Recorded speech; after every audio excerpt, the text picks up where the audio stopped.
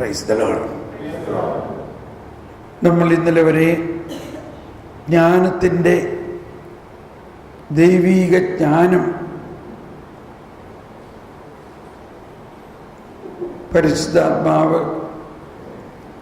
നമുക്ക് ജ്ഞാനം തന്നിരിക്കുന്നു. എന്നാൽ ഈ ജ്ഞാനത്തിൻ്റെ വലിയ ഒരു പ്രവർത്തനം വിശ്വാസവുമായിട്ട് ബന്ധപ്പെട്ടിട്ടാകണമെന്നും സ്നേഹവുമായിട്ട് ബന്ധപ്പെട്ടിട്ടാകണം. ഈ രണ്ട് കാര്യമാണ്. ജ്ഞാനം, നിങ്ങളുടെ വിശ്വാസം 1 കൊരിന്ത്യസ് 2-ാം അധ്യായത്തിൽ 5-ാമത്തെ വചനം നമ്മൾ പല പ്രാവശ്യം കേട്ടു. നിങ്ങളുടെ വിശ്വാസം മാനുഷിക വിജ്ഞാനത്തിൻ്റെ അടിസ്ഥാനത്തിലാകാതെ ദൈവശക്തിയിലായിരിക്കണം. ഇത് ഒരുപാട് ഉദാഹരണങ്ങളിലൂടെ നമ്മളത് മനസ്സിലാക്കി. നിങ്ങളുടെ വിശ്വാസം മാനുഷികം. അതുപോലെ തന്നെ വാസ്തവത്തിൽ നമ്മുടെ സ്നേഹം മാനുഷിക സ്നേഹത്തിലൂടെ ആകാതെ ദൈവജ്ഞാനം നിറഞ്ഞതായിരിക്കണം. അതവിടെ നിൽക്കട്ടെ. ഇപ്പം നമ്മൾ എന്നിട്ട് ഇന്നലെ ആ വിശ്വാസത്തിൻ്റെ ഫൗണ്ടേഷൻ, അതിൻ്റെ അടിത്തറ ഒരു ക്രിസ്ത്യാനിയുടെ ജീവിതത്തിൽ ആരംഭിക്കുന്നത് ജ്ഞാനസ്നാനത്തിലൂടെയാണെന്നും ആ ജ്ഞാനസ്നാനത്തിലൂടെ വിശ്വാസത്തിൻ്റെ ഒരിക്കലും മായ്ക്കാനാവാത്ത ഒരു മുദ്ര നമ്മളിൽ പതിച്ചിരിക്കുന്നുവെന്നും ആ വിശ്വാസം നമുക്ക് ആ വിശ്വാസത്തിലൂടെ നമ്മിലേക്ക് ഒഴുകുന്ന കൃപാവരത്തിൻ്റെ വിവിധ പ്രവർത്തനങ്ങൾ മാമോദീസായിലൂടെ നൽകപ്പെട്ടിരിക്കുന്നു. വീണ്ടും ഒരു കാര്യം കൂടി ഓർമ്മ വരികയാണ്. അതിനകത്ത് 1266-ാം ഖണ്ഡികയിൽ പറയുന്നത്, അങ്ങനെ ഒരു ക്രൈസ്തവൻ്റെ അതിസ്വാഭാവിക ജീവിതത്തിൻ്റെ ഉറവിടം മാമോദീസയാകുന്നു. അതായത് ഇംഗ്ലീഷിൽ ഇങ്ങനെയാണ്: The supernatural organism of a Christian is rooted in his baptism. ഒരു ക്രിസ്ത്യാനി എന്ന് പറഞ്ഞാൽ തന്നെ ഒരു സൂപ്പർ നാച്ചുറൽ ഓർഗാനിസമാണ്, ഒരു അതിസ്വാഭാവിക ജീവിതമാണ് ഒരു ക്രിസ്ത്യാനിയുടേത്. ഇത് നമ്മൾ മനസ്സിലാക്കണം. എല്ലാ ക്രിസ്ത്യാനികളും അഥവാ യേശുക്രിസ്തുവിൽ വിശ്വസിക്കുന്നവരും മറ്റുള്ളവരുമായിട്ടുള്ള വ്യത്യാസം ഇതാണ്. ക്രിസ്തു തന്നെ അവനെ സ്വന്തമാക്കിയിട്ട് ക്രിസ്തുവിൻ്റെ മുദ്ര കുത്തിയിട്ട് അവൻ മറ്റൊരു ക്രിസ്തുവായി മാറിയിരിക്കുന്നു. നമ്മൾ ആ മെഴുകുതിരി കത്തിച്ച് കണ്ടല്ലോ. ആ ഈസ്റ്റർ ക്യാൻഡിലിൽ നിന്നും മറ്റൊരു മെഴുകുതിരി കത്തിച്ച് ഇവന് കൊടുത്തു. ഈ നവജാതന് പറഞ്ഞു, നീ ലോകത്തിൻ്റെ പ്രകാശമാണ്.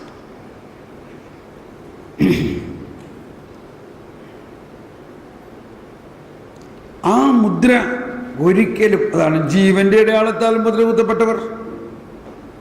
വിശുദ്ധ കുർബാനയിൽ പല പ്രാവശ്യം പറയുന്നൊരു പ്രാർത്ഥനയാണ്. ജീവന്റെ അടയാളത്താൽ മുദ്ര കുത്തപ്പെട്ടവരാണ് നമ്മൾ. നമ്മളിൽ നിന്നും ഈ ജീവൻ എടുത്തു മാറ്റാൻ പ്രപഞ്ചത്തിൽ ഒരു ശക്തിക്കും സാധ്യമല്ല. കർത്താവ് ഈശോ മിശിഹാ ഒരിക്കലും അത് ചെയ്യില്ല. കാരണം കർത്താവ് തൻ്റെ രക്തം നൽകി വന്നിരിക്കുന്ന ഈ ഉടമ്പടിയിൽ കർത്താവ് വിശ്വസ്തനാണ്. നമ്മൾ അവിശ്വസ്തരായാലും കർത്താവ് വിശ്വസ്തനാണ്.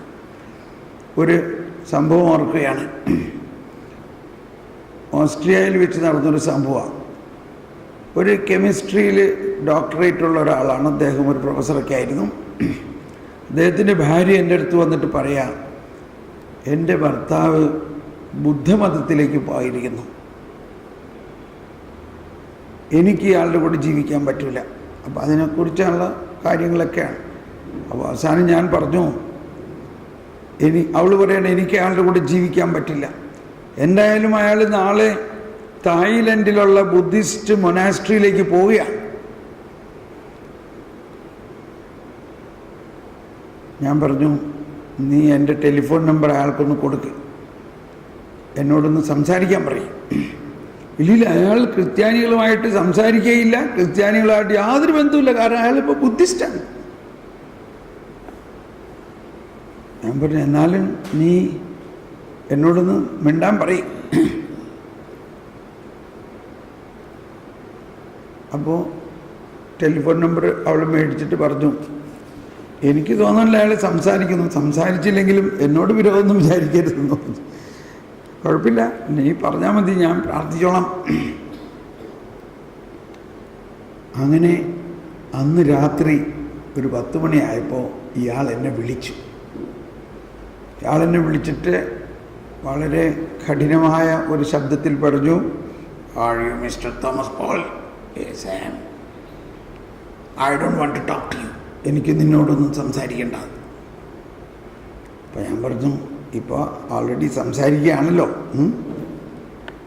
ഇല്ലില്ല, ഞാൻ ക്രിസ്തുമതം വിട്ടു, ഞാനിപ്പോൾ ഒരു ബുദ്ധമതക്കാരനാണ്, അതുകൊണ്ട് എനിക്ക് ക്രിസ്തുമതവുമായിട്ട് യാതൊരു ബന്ധവുമില്ല.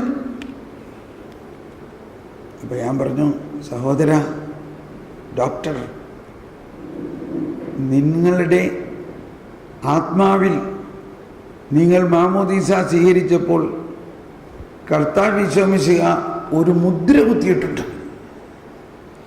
തൻ്റെ രക്തം കൊടുത്തിട്ടുള്ള മുദ്രയാണത്. നീ ക്രിസ്തുമതം വിട്ടു എന്ന് പറഞ്ഞാൽ അതിൽ യാതൊരു അർത്ഥമില്ല. നീ എന്ത് മതത്തിൽ പോയാലും ഈ മുദ്ര നിന്നിൽ നിന്ന് മാറാൻ പോണില്ല. കാരണം നിനക്കോ ലോകത്തിലുള്ള ഒരു ശക്തിക്കോ കർത്താവ് ഈശോ മിശിഹായ്ക്ക് പോലും ആ മുദ്ര എടുത്ത് മാറ്റാൻ പറ്റില്ല. അങ്ങനെയാണ് അത് കുത്തിയിരിക്കുന്നത്. കാരണം അത് ഇറിവോക്കബിൾ കവനന്റ് ആണ്, ഇറിവോക്കബിൾ. അത് കുത്തുമ്പോൾ ഇനി ഇത് മാറ്റാൻ പറ്റില്ല. കർത്താവിന് തന്നെ മാറ്റാൻ പറ്റാത്ത രീതിയിലാണ് കുത്തിയേക്കണേ. എന്താ ഈ പറയണത്? അപ്പോഴേക്കും ഞാൻ പറയാണ്, അതുകൊണ്ട് ഞാൻ, കാരണം ഇയാളെങ്ങനെ ഫോൺ വെച്ചാലോ, അതുകൊണ്ട് നീ പോയിക്കോ, ഇത്രയും പറയാൻ വേണ്ടിയാണ് ഞാൻ വിളിച്ചത്. നീ ബുദ്ധിസ്റ്റ് മൊണാസ്ട്രിയിൽ പോകുമ്പോൾ ശ്രദ്ധിക്കണം, നീ ഈ മുദ്രയും കൊണ്ടാണ് പോണത്. ഇതൊരു ബോംബ് മാതിരിയാണ്, എപ്പോൾ വേണമെങ്കിലും ഇത് പൊട്ടിത്തെറിക്കാം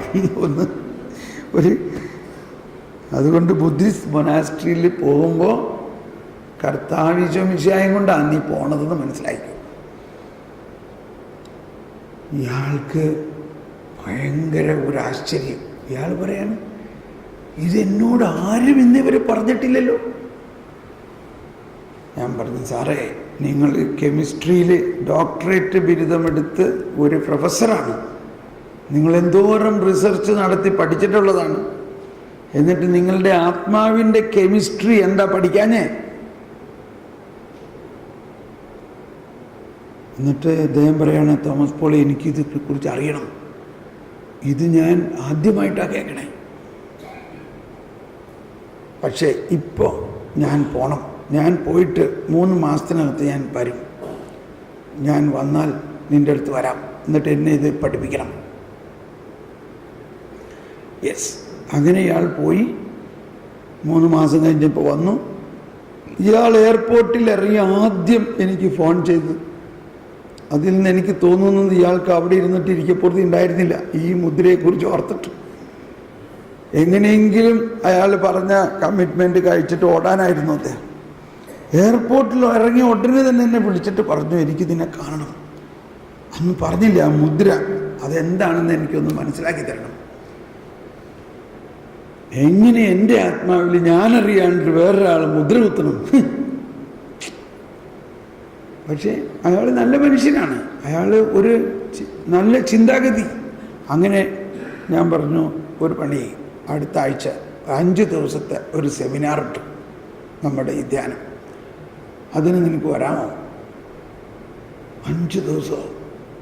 5 ദിവസം ഞാൻ ഒരാളെ കേട്ടിരിക്കണമെന്നോ? നീ 1 മണിക്കൂർ പണി ഒന്ന് കേട്ട് നോക്ക്, എന്നിട്ട് നിനക്ക് തോന്നാണെങ്കിൽ ഇരുന്നാൽ മതി. ഓക്കെ, അപ്പോൾ പിന്നെ ഡിസ്പ്യൂട്ടില്ലല്ലോ. 1 മണിക്കൂർ നീ ആദ്യം ഇരിക്കും, എന്നിട്ട് നിനക്ക് ഇഷ്ടമായില്ലേ നീ പോയിക്കോ. അങ്ങനെ അദ്ദേഹം വന്നു. 5 ദിവസവും അദ്ദേഹം ധ്യാനം കൂടി. കഴിഞ്ഞിട്ട് എന്നെ കെട്ടിപ്പിടിച്ചുകൊണ്ട് പറഞ്ഞു, എൻ്റെ തോമസ് പോളേ, ഈ പറഞ്ഞതെല്ലാം ഞാൻ വിശ്വസിക്കുന്നു, ഇതെല്ലാം സത്യമാണ്. പക്ഷേ ഞാനിങ്ങനെ ആരും പറഞ്ഞു കേട്ടിട്ടില്ല, എന്നെ ആരും പഠിപ്പിച്ചിട്ടില്ല. ഇപ്പം എനിക്ക് മനസ്സിലായി എന്താണ് ക്രിസ്തീയ ആധ്യാത്മികതയുടെ മഹത്വം, എന്താണ് ഈ മുദ്ര എന്ന്. എന്നിട്ട് അദ്ദേഹം ഉപസാരിച്ച് മാമോദീസ നവീകരിച്ച് അങ്ങനെ നല്ലൊരു അവസ്ഥയിൽ വന്നു. ഒരുപാട് ആളുകളുടെ വിചാരം നമ്മളങ്ങ്,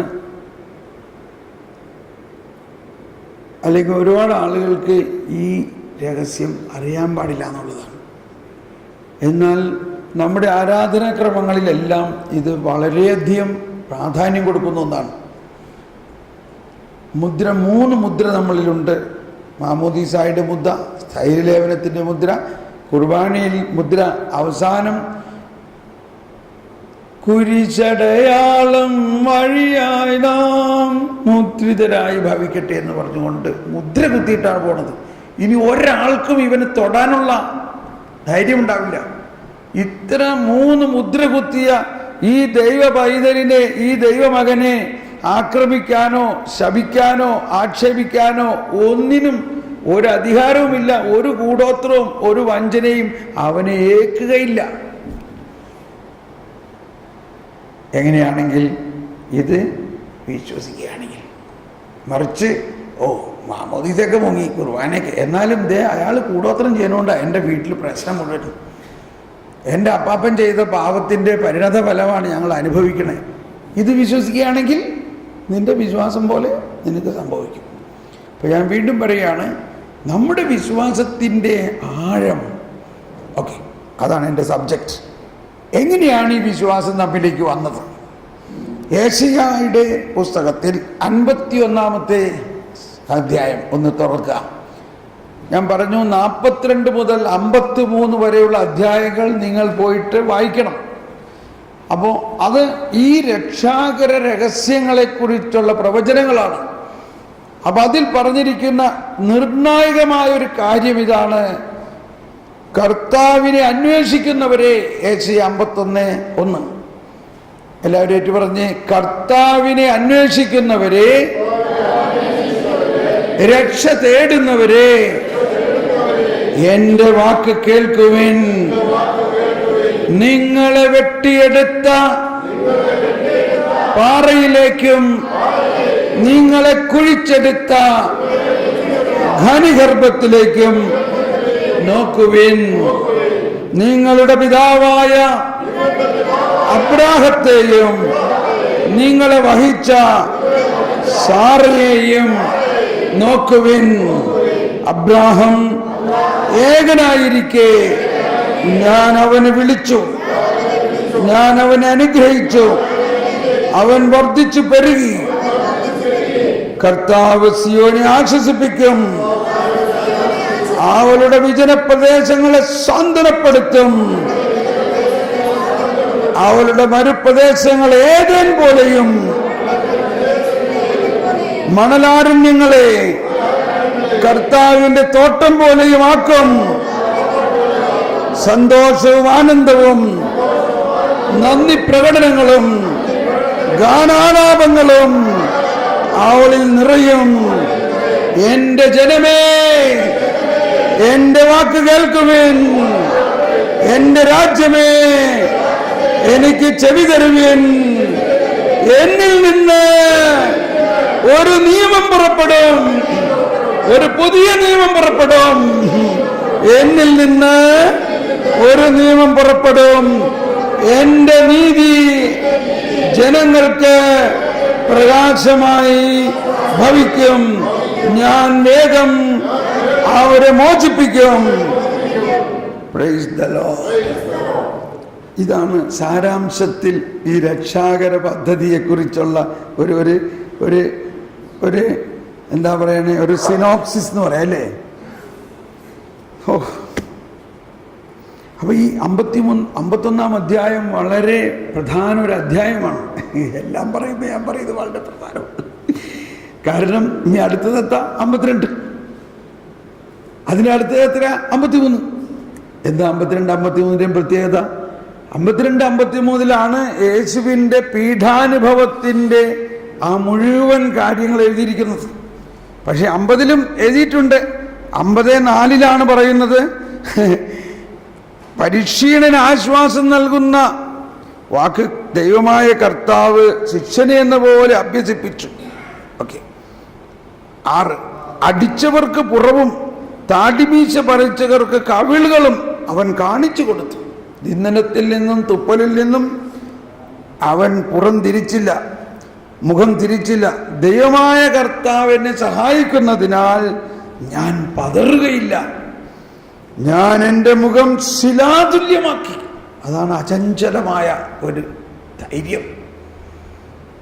അപ്പോൾ ഇതാരെക്കുറിച്ചാണ് പറയണത്? ഈശോ മിശിഹായെക്കുറിച്ചാണ്. കർത്താവിൻ്റെ ദാസൻ 3. കർത്താവിൻ്റെ ദാസൻ 3 അടിച്ചവർക്ക് പുറവും. നിസാര അടിയാണോ കിട്ടിയത്?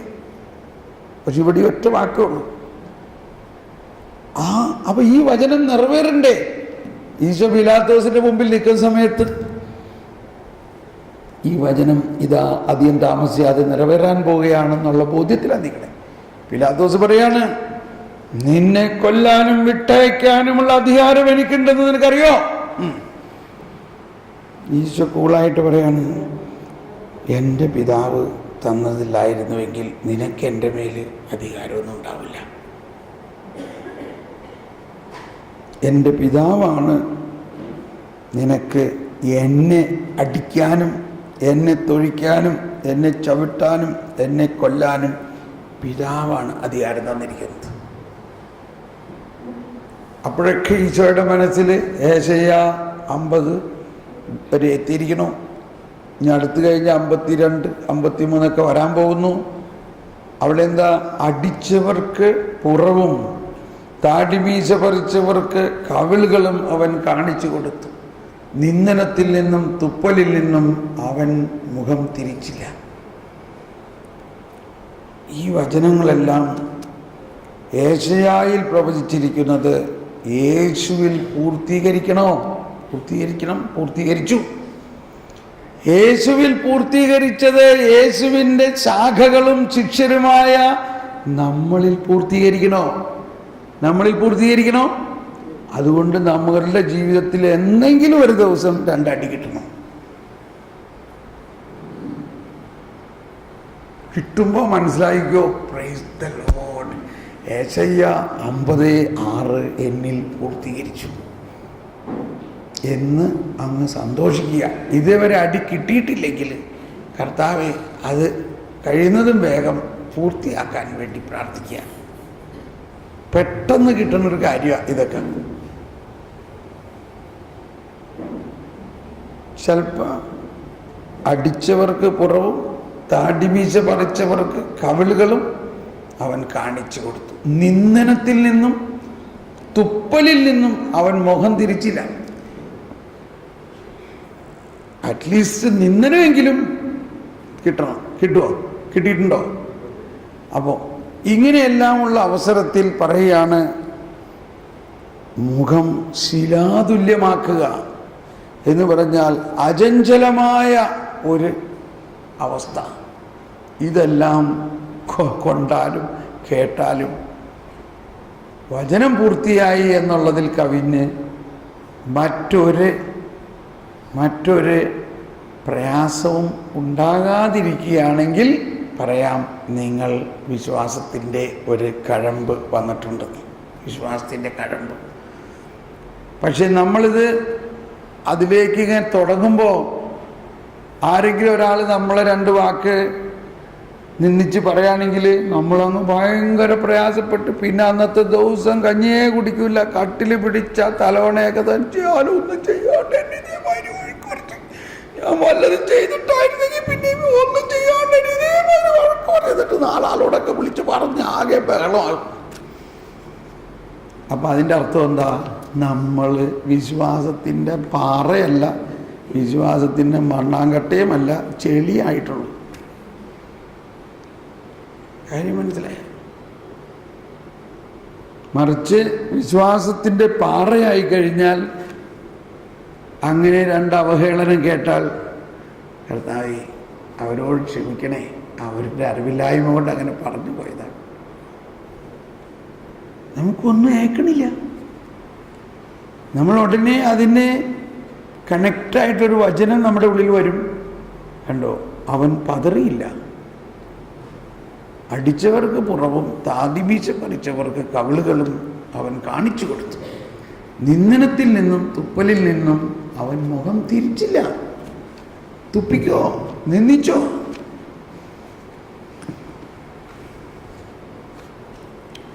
യേശയ്യായാണ്.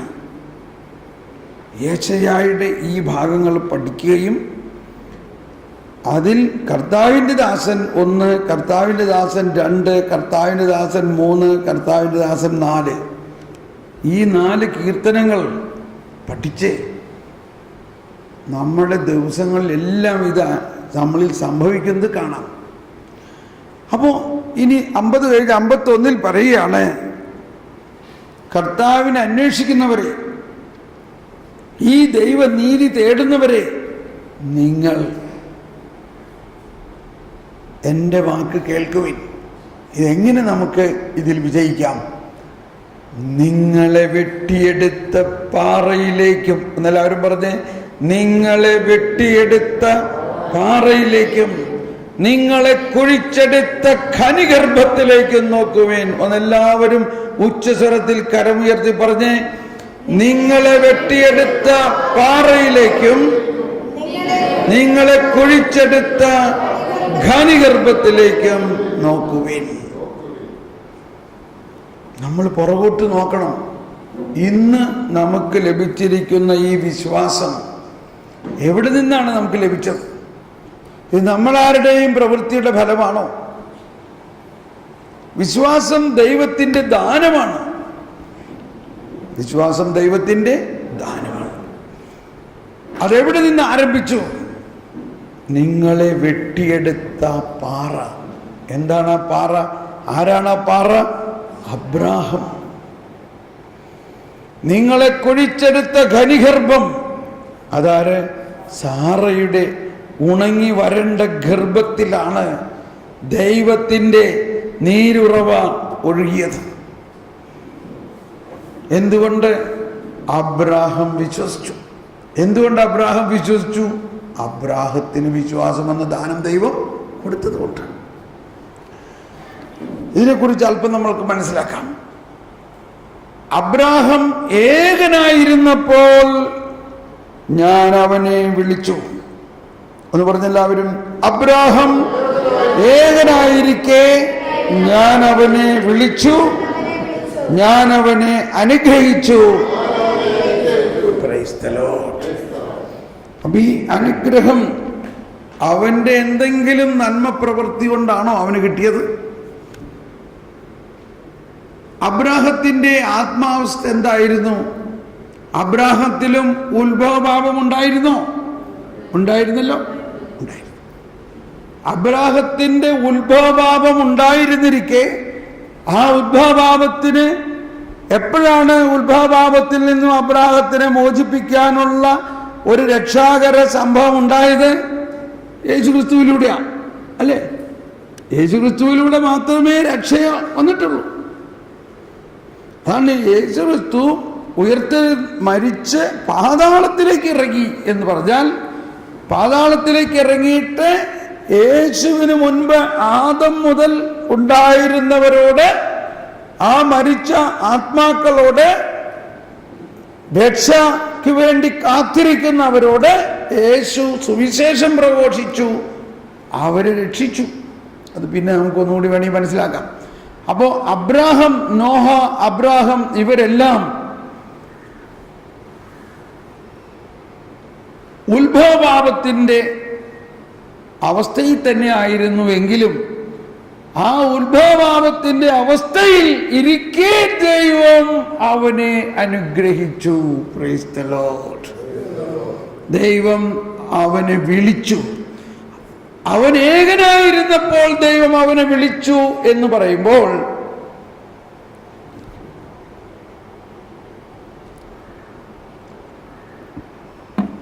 എന്താ അതിനർത്ഥം? അത് ഇന്നത്തെ കാലഘട്ടത്തിൽ ചിന്തിക്കുമ്പോൾ വളരെ രസമാണ്. ഇപ്പോൾ നമ്മൾ വിശ്വാസത്തിൻ്റെ ഒരു സമൂഹമാണ് ഇല്ലേ? നമ്മൾ വിശ്വാസികളുടെ ഒരു സമൂഹമാണ്. ഇങ്ങനെ ഒരു സമൂഹം അന്നുണ്ടായിരുന്നോ? ഒന്നുണ്ടായിരുന്നില്ല. കാരണം ഒരാളും വിശ്വാസത്തിൽ വന്നിട്ടില്ല. അബ്രാഹാം ഒരു ദിവസം വയലിൽ കളച്ചുകൊണ്ടിരിക്കണു, ഞാറ് നട്ടുകൊണ്ടിരിക്കണു, ഗോതമ്പ്. അങ്ങനെ ഇരിക്കെ അബ്രാഹാം ഒരു ശബ്ദം കേൾക്കുകയാണ്. അബ്രാഹാം, ആരെയും കാണാനില്ല. അബ്രാഹാം, ഇതെവിടുന്ന ഈ ശബ്ദം? അപ്പോ ഒരുപക്ഷെ ദൈവം പറഞ്ഞു, ഞാൻ നിന്റെ ദൈവമായ കർത്താവാകുന്നു.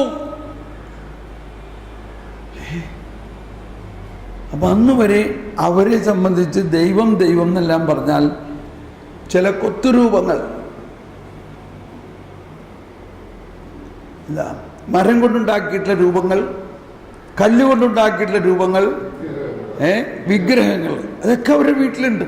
ഇതാണ് അന്ന് വരെ ദൈവം ദൈവം എന്ന് വിചാരിച്ചിരുന്നതെങ്കിൽ ഇപ്പോ അബ്രാഹാം കേൾക്കുകയാണ്, ഞാൻ നിന്റെ ദൈവമായ കർത്താവാകുന്നു, ആകാശവും ഭൂമിയും സൃഷ്ടിച്ച കർത്താവ് ഞാനാകുന്നു. എന്താ ഞാൻ ഈ കേൾക്കണേ? അപ്പൊ അങ്ങേ എനിക്ക് കാണാൻ പറ്റില്ലേ? ഞാൻ സർവാധിപനും അദൃശ്യനുമാകുന്നു. ഓഹോ, എവിടുന്ന് അങ്ങ് സംസാരിക്കുന്നത്? ഞാൻ സർവവ്യാപിയാകുന്നു. കർത്താവേ, ഇത്രയും കേട്ടപ്പോഴേക്കും ഈ കർത്താവിൻ്റെ ശബ്ദത്തിൽ നിന്നും കർത്താവ് ഇവൻ എന്ത് കൊടുക്കാനിരിക്കണോ അത് കിട്ടിയിരിക്കണോ. എന്താ കൊടുക്കാനിരിക്കണേ? എന്താ കൊടുക്കാനിരിക്കണം? എല്ലാവരും ഒന്ന് കൈവീശി കാണിച്ചേ. എല്ലാവരും ഒന്ന് കൈവീശിയേ. എന്താ കർത്താവിന് കൊടുക്കാനിരിക്കുന്നത്? വിശ്വാസം എന്ന ദാനം. ആ വിശ്വാസം എന്ന ദാനം ഇപ്പോ വന്നുകൊണ്ടിരിക്കുന്നു. ഇപ്പൊ നമ്മള് പൗലോസ്ലിയുടെ കേട്ടില്ലേ, ശ്രവണത്തിലൂടെയാണ് सुनने से विश्वास उत्पन्न होता है. आदि में शब्द था, शब्द ईश्वर के साथ था, शब्द ईश्वरी था, सब कुछ उसके द्वारा बना गया, उसके बिना कुछ भी नहीं बना. उसमें जीवन था, उस जीवन इंसान का ज्योति था, उस ज्योति अंधकार में चमकती है, अंधकार उसको नहीं बुझा सका. അപ്പോൾ ആ ശബ്ദത്തിൽ വിശ്വാസത്തിൻ്റെ പ്രസരണം ആരംഭിച്ചിരിക്കുന്നു. കുറെ സമയം അബ്രാഹത്തിന് ഭയങ്കര സന്തോഷമായി കാണും. ആദ്യം ഞാൻ ദൈവസ്വരം ശ്രവിച്ച സമയത്ത് ഇത് തന്നെ എനിക്കുണ്ടായ അനുഭവം. ഓരോടും പറഞ്ഞറിയിക്കാൻ പറ്റാത്ത ഒരു സന്തോഷം. കാരണം ആ ശബ്ദത്തിൻ്റെ ഉള്ളിൽ ഒരു ട്രാൻസ്മിഷൻ, പ്രസരണം നടക്കുകയാണ്. തളർവാദ രോഗിയോട് ഈശോ പറഞ്ഞു, നീ നിന്റെ കട്ടിലുമെടുത്ത് നടക്കുക എന്ന് പറഞ്ഞ ആ ശബ്ദത്തിൽ അവനാരെങ്കിലും പൊക്കിയോ പിടിച്ച്? അവനാരെങ്കിലും സഹായിച്ചോ? പക്ഷെ ഈ ശബ്ദത്തിൽ കർത്താവ് ഈശോ മിശിഹായുടെ സകല ശക്തിയും അവനിലേക്ക് ഒഴുകി അവൻ്റെ സാവധാനം പൊങ്ങി വരികയാണ്. ഇങ്ങനെയൊന്നും ചിന്തിക്കാറില്ല അല്ലേ നമ്മൾ? അവൻ എങ്ങനെയാ പൊങ്ങി വന്നേ? കർത്താവ് ഒരു ശബ്ദം അങ്ങോട്ട് അയച്ചു. എന്തയച്ചു? നീ കട്ടിലുമെടുത്ത് നടക്കുക. ആ വാക്കിൽ ഉള്ളിൽ തന്നെ കർത്താവ് അങ്ങോട്ട് ചെല്ലുകയാണ്. അതാണ് ആദിമേം ശബ്ദ, ശബ്ദ ഈശ്വരീത, ശബ്ദം ദൈവം തന്നെയാണ്. അപ്പൊ അബ്രാഹാം ഈ ശബ്ദം കേട്ടപ്പോൾ തന്നെ ദൈവം അബ്രാഹത്തിനെ വിളിച്ചു. ഏകനായിരുന്നപ്പോൾ വിളിച്ചു, അബ്രാഹത്തിനെ അനുഗ്രഹിച്ചു. എന്ന് പറഞ്ഞാൽ അബ്രാഹത്തിന് ആ വിശ്വാസത്തിൻ്റെ ആദ്യ ദാനം അങ്ങ് കൊടുത്തു. സ്നേഹമുള്ളവരെ, ശ്രദ്ധിച്ച് കേൾക്കണം ഈ ക്ലാസ്.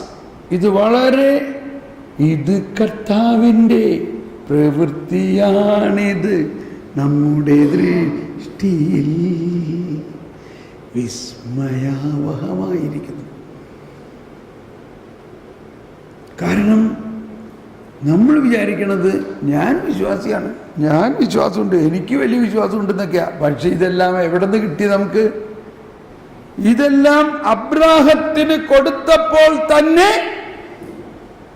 അതിലുണ്ടായിരുന്ന ഒരു ക്ലോസ്, ഒരു നിബന്ധന എന്തായിരുന്നിരിക്കണം? ഇത് നിന്നിൽ നിന്നും നിന്റെ തലമുറകളിലേക്കും ലോകം മുഴുവനിലേക്കും പകരാൻ വേണ്ടിയാണ് അത് കൊടുത്തിട്ടുള്ളത്. ഇത് അബ്രാഹത്തിന്റെ ഒരു പ്രൈവറ്റ് പ്രോപ്പർട്ടി അല്ല. അതുകൊണ്ടാണ് പിന്നീട് അബ്രാഹത്തിനെ കർത്താവ് വിളിച്ചിട്ട് പറഞ്ഞു, നീ വന്നേ, ദേ ആകാശത്തിലെ നക്ഷത്രങ്ങൾ നോക്കിയേ, നിനക്കതൊന്ന് എണ്ണാൻ പറ്റുമോ? പറ്റില്ല കർത്താവേ.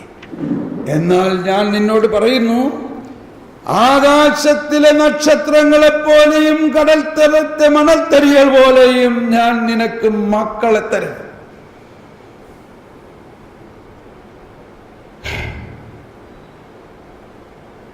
ആ സമയത്ത് അബ്രാഹത്തിന്റെ അവസ്ഥ എന്താ? അബ്രാഹത്തിന് മക്കളില്ല, വയസ്സായി, മക്കളുണ്ടാകുന്ന പ്രായവും കഴിഞ്ഞ്, ഭാര്യയാണെങ്കിൽ വന്ധ്യ. പക്ഷേ അബ്രാഹത്തിന് കൊടുത്ത വിശ്വാസത്തിൻ്റെ ദാനമായതുകൊണ്ട് അബ്രാഹത്തിന് അത് വിശ്വസിക്കാൻ പറ്റി. ഇനി നമ്മൾ ഇന്ന് കൈവച്ചേ സുഖമായിട്ട് ഉറങ്ങാൻ പറ്റിയ ക്ലാസ്സാണ്. എൻ്റെ പൊന്നു മക്കളെ, ഓ ചതിക്കല്ലേ. കൈ എങ്ങനെ വീശാനാ പറഞ്ഞേക്കണേ? അടുത്തിരിക്കുന്ന ആളെ ഒന്ന് തട്ടി ഒന്ന് തട്ട്. അതുകൊണ്ട് ആരെങ്കിലും ഇനി ഉറങ്ങിയാൽ അതിൻ്റെ ഉത്തരവാദി അടുത്തിരിക്കുന്ന ആൾക്കാണ്. നിങ്ങൾ അയൽക്കാരനെ സ്നേഹിക്കണം. എന്താ സ്നേഹിക്കണേ? ഓക്കെ, ശ്രദ്ധിക്കണേ. അബ്രാഹത്തിന് കാണിച്ചു കൊടുത്ത ആ നക്ഷത്രങ്ങളിൽ ഒരാള് ഞാനായിരുന്നോ? നിങ്ങളായിരുന്നോ? അതാണ്. അന്നേ നമ്മൾ ഓരോരുത്തരെയും അന്നേ കർത്താവ് ഒരു നക്ഷത്രമായിട്ട് കണ്ടു. അത്രയ്ക്ക് വിലയുള്ളവരാണ് നമ്മൾ. ആ നമ്മളെയാണോ ആരെങ്കിലും ശപിക്കുക? പറയും. അപ്പൊ വിശ്വാസമില്ലാത്തത് കൊണ്ടല്ലേ അങ്ങനെയൊക്കെ പറയണത്. എന്നെ കർത്താവ് അബ്രാഹത്തിന് കാണിച്ചു കൊടുത്ത നക്ഷത്രമാണ് തോമസ് പോളെ അന്ന് പറഞ്ഞിട്ടുള്ളതാ. അതിനകത്ത് ഒരു തോമസ് പോൾ ഉണ്ട്, അതിനകത്ത് ആ സിസ്റ്റർ ഉണ്ട്, ഈ സിസ്റ്റർ ഉണ്ട്, ആ അച്ഛനുണ്ട്, ഇവരൊക്കെ നിങ്ങളുള്ള ഓരോരുത്തരും പേര് സഹിതം അന്ന് കർത്താവ് കണ്ടിട്ടുണ്ട്. ഒന്ന് വിശ്വസിക്കാമോ? ഒന്ന് വിശ്വസിച്ചേ? സമ്മതിച്ചോ? വിശ്വസിക്കുന്നുണ്ടോ? നമ്മൾ ഓരോരുത്തരെയും ഒരു നക്ഷത്രമായിട്ട് അന്ന് കാണുകയും അബ്രാഹത്തിന് അത് കാണിച്ചു കൊടുക്കുകയും ചെയ്തു എന്ന് വിശ്വസിക്കുന്നുവോ?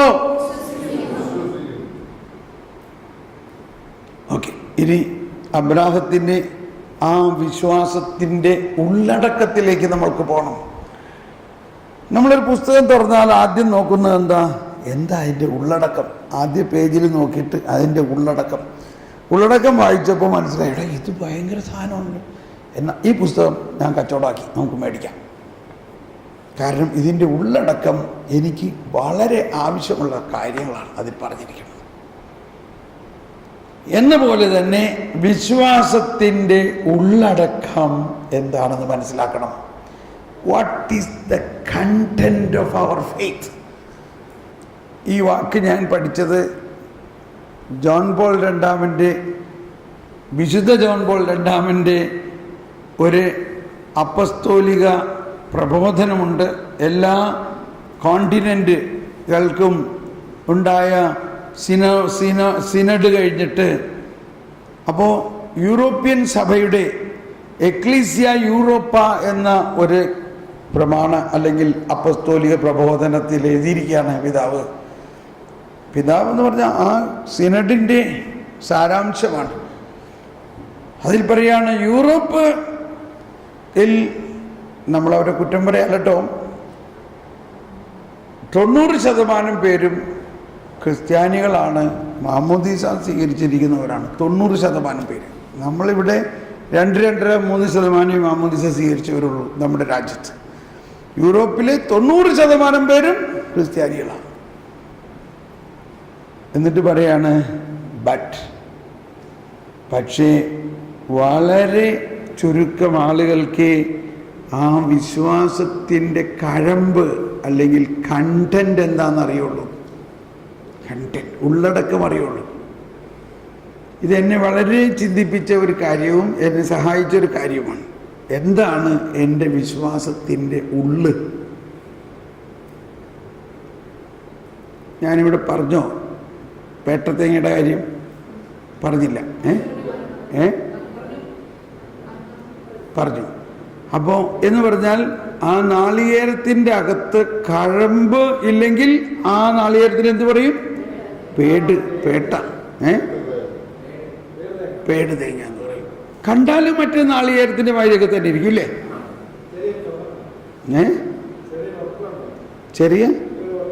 ചെറിയൊരു ഒട്ടലുണ്ടാവും. ഇപ്പം മനസ്സിലായോ? നമ്മൾ നല്ല ഒട്ടിയ നല്ല ഇസ്തിരിയൊക്കെ ഇട്ട വസ്ത്രമൊക്കെ എടുത്ത് എല്ലാ ഞായറാഴ്ചയൊക്കെ പള്ളിയിൽ പോകും. ഞാൻ ക്രിസ്ത്യാനിയാ, പക്ഷെ കഴമ്പുണ്ടോ?